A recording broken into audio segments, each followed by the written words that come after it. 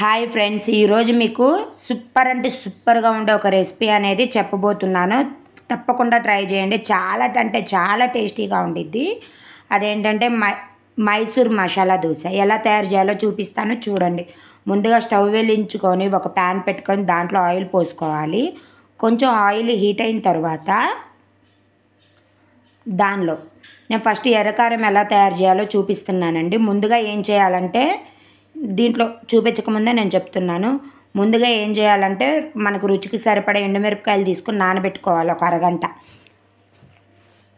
అలా నానబెట్టుకున్న తర్వాత వాటిని పక్కకు తీసేసుకొని ఒక స్టవ్ వెలిగించి ఆయిల్ పోసి దాంట్లో కొంచెం నువ్వులు యాడ్ చేసుకొని వేయించుకోవాలండి. నువ్వుల్ని కొంచెం దూరగా, ఎంతోసేపు పట్టదు నువ్వులు ఆగటానికి, 2 నిమిషాలు వేగిపోతాయి.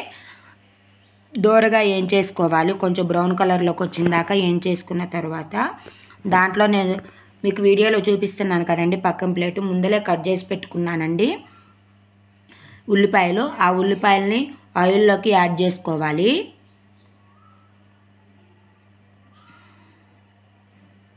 ఆ ఉల్లిపాయలను ఆయిల్లోకి యాడ్ చేసుకుంటున్నాను. అవి కూడా ఏం చేసుకోవాలండి మనం. చాలా ఈజీగా ఉండిద్ది ఎర్రకారం అనేది, చాలా టేస్టీగా కూడా ఉండిద్ది. ఎర్రకారం అంటే ఎర్రగానే వచ్చిద్దని అనుకోవద్దండి. మాయి మిరపకాయలు పాత మిరపకాయలు కాబట్టి అవి నానబెట్టుకున్న తర్వాత అయినా ఎర్రకారం అనేది ఎర్రగా రాలేదండి. అదే కొట్లో కొన్న మిరపకాయలు కొంచెం ఎర్రగా ఉంటాయి కదా, అవి వేసుకుంటే కొంచెం ఎర్రగానే వస్తాయి. సరే, మన ప్రాసెస్లోకి వెళ్ళిపోదాం.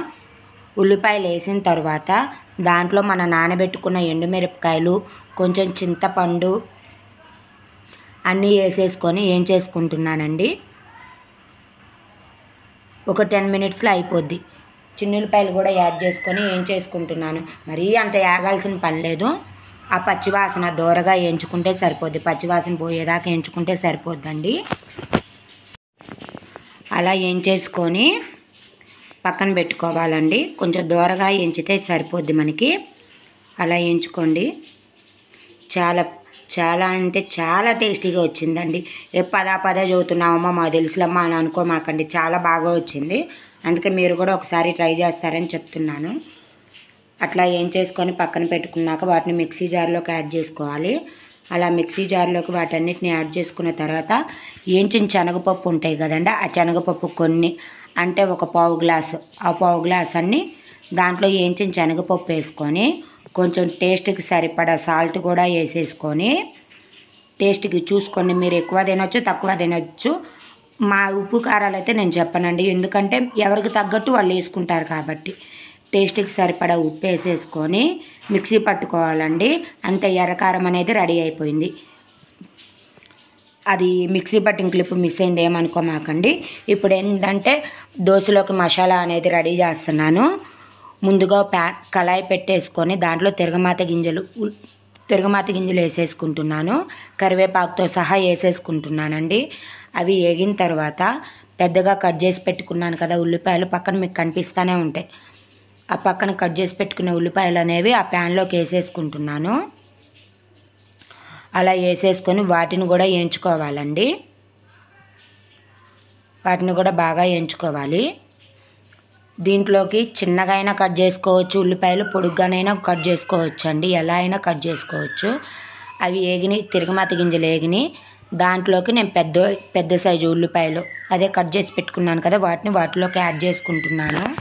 పెద్ద సైజు ఉల్లిపాయలను వేసుకొని వాటిని కూడా ఏం చేసుకుంటున్నానండి. మీకు ఆ ప్లేట్లో కనిపిస్తుంది కదా పచ్చిమిర్చి కారం, అది ఎలా తయారు చేయాలంటే, పచ్చిమిర్చి కొంచెం అల్లం ముక్క వేసేసుకొని, పచ్చిమిర్చీలు ఎన్ని తీసుకోవాలి అంటే మీరు ఎన్నైతే తింటారో అన్ని తీసుకుంటే సరిపోద్దండి. ఆ పచ్చిమిర్చి అల్లం వేసి రోట్లో బాగా పచ్చాగా దంచుకొని పక్కన పెట్టేసుకున్నాను. ఇప్పుడు ఉల్లిపాయలు వేసిన తర్వాత ఉల్లిపాయలు తొందరగా వేగాలంటే సాల్ట్ వేసుకోవాలండి. ఇంకా టేస్ట్కి తగ్గ సాల్ట్ వేసేసుకొని తరువాత అవి దోరగా వేగితే సరిపోద్దండి. మరీ అంత బాగా నల్లగా వేగాల్సిన పని లేదు, ఒక విధంగా వేగితే సరిపోద్ది.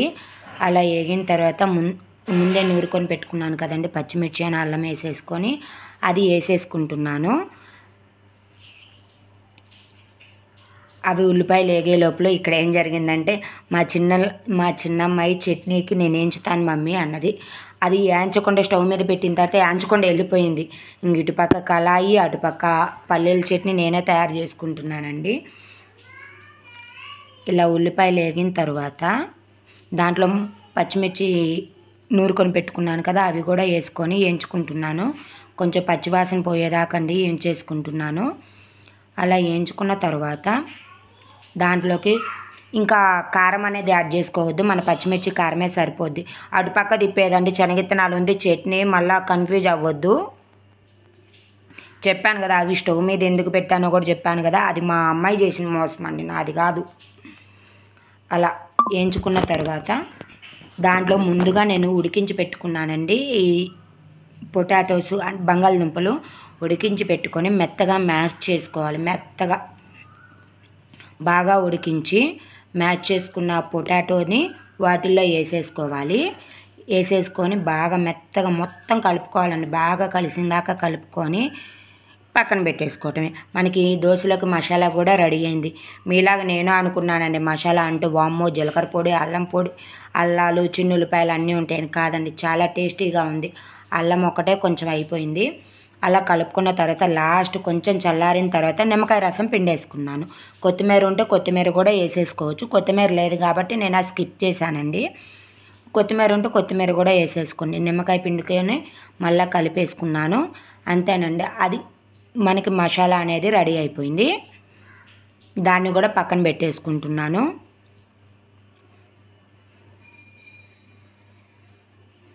తర్వాత ఇప్పుడు దోశలు వేసేసుకుందాం. ఎర్రకారం రెడీ అయిపోయింది.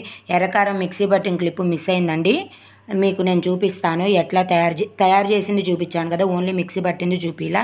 ఎలా వచ్చింది అనేది మీకు గిన్నెలో నేను చూపిస్తాను. ఇప్పుడు ఏంటి, దోశపిండి నేను ముందు రోజే వేసుకొని పెట్టుకొని, దోశపిండి ముందు రోజే వేసుకొని పెట్టుకొని కొంచెం పులోనిచ్చిన తర్వాత అదండి దోశపిండి.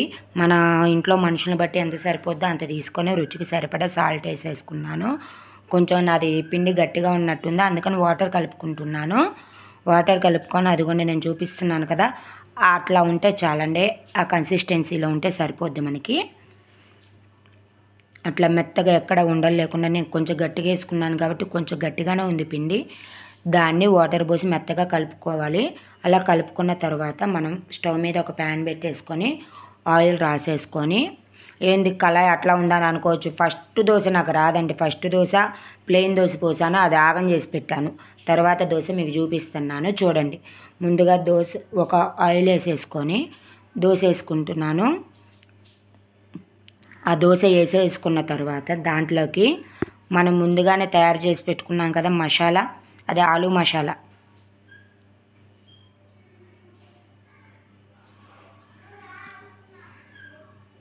కొంచెం ఆయిల్ ఎక్కువే వేసుకోండి, ఎక్కువ అంటే మరీ పోసుకోమాకండి, కొంచెం సరిపోద్ది. ఆలు మసాలా కర్రీ దాంట్లో వేసేసుకొని ముందే తయారు చేసుకున్న ఎర్రకారం, అదిగోండి ఎర్రకారం. అది ఎర్రగా రాలేదని మళ్ళీ ఏదో మిస్టేక్ చేశానని అనుకోవద్దు. మాది పాత మిరపకాయలండి, నానబెట్టే లోపల ఆ ఎరుపు మొత్తం పోయింది, అందుకని ఆ కలర్లో వచ్చింది. టేస్ట్ అయితే సూపర్గా ఉంది. వాటన్నిటిని దోశ నిండా స్ప్రెడ్ చేసేసుకొని ఆయిల్ వేసుకుంటున్నానండి. అలా స్ప్రెడ్ చేసుకోవాలి. అలా స్ప్రెడ్ చేసుకోకుండా మిడిల్లోనైనా ఉంచుకోవచ్చండి. మాకైతే స్ప్రెడ్ చేసుకోవాలి, పిల్లలు ఉన్నారు కదా, మిడిల్లో ఉంటే ఒక్క చోటే కారము అట్లా తగులుతూ ఉంటాయి కాబట్టి తినలేరు. అలా స్ప్రెడ్ చేసుకోండి. అలా స్ప్రెడ్ చేసుకొని ఈవెన్గా స్ప్రెడ్ చేసుకొని కొంచెం ఆయిల్ వేసేసుకోండి. ఆయిల్ వేసేసుకొని అదిగోండి అట్లా దోశ మనకి మైసూర్ మసాలా దోశ అనేది రెడీ అయిపోయింది. దాన్ని ఒక ప్లేట్లోకి తీసేసుకుంటున్నా. దాంట్లోకి పల్లీ చట్నీ కాంబినేషను, ఇంకొకటి ఏంటంటే పచ్చిమిరకాయ టమాటా పచ్చడి. నేను రోట్లో వేసి నూరుతానండి ఏ చట్నీలైనా. ఆ రెండు కాంబినేషన్లో తింటే సూపర్ అంటే సూపర్ ఉందండి దోశ. ఒక్కసారి ట్రై చేయండి. అది బాగా రాకపోతే మీరు కామెంట్లో చెప్పండి, నేను ఒప్పుకుంటాను. అది బాగలేదు టేస్ట్ అని ఒక్కళ్ళైనా చెప్పండి. మాకైతే పర్ఫెక్ట్ మసాలా దోశ అనేది వచ్చేసింది. ఒక్కసారి ట్రై చేసి నాకు కామెంట్లో చెప్పండి ఎలా వచ్చింది అనేది. ఓకే ఫ్రెండ్స్, మీకు ఈ వీడియో కనుక నచ్చినట్లయితే లైక్ చేయండి, షేర్ చేయండి, సబ్స్క్రైబ్ చేయండి. ఇంకా మరిన్ని వీడియోలు కావాలంటే బెల్ ఐకాన్ కూడా ప్రెస్ చేయండి. Okay friends, bye. ఇప్పుడు దాకైతే నన్ను బాగానే ఎంకరేజ్ చేస్తున్నారండి. ఇంకా కొత్త వాళ్ళని కూడా ఎంకరేజ్ చేయాలని కోరుకుంటున్నాను. Okay friends.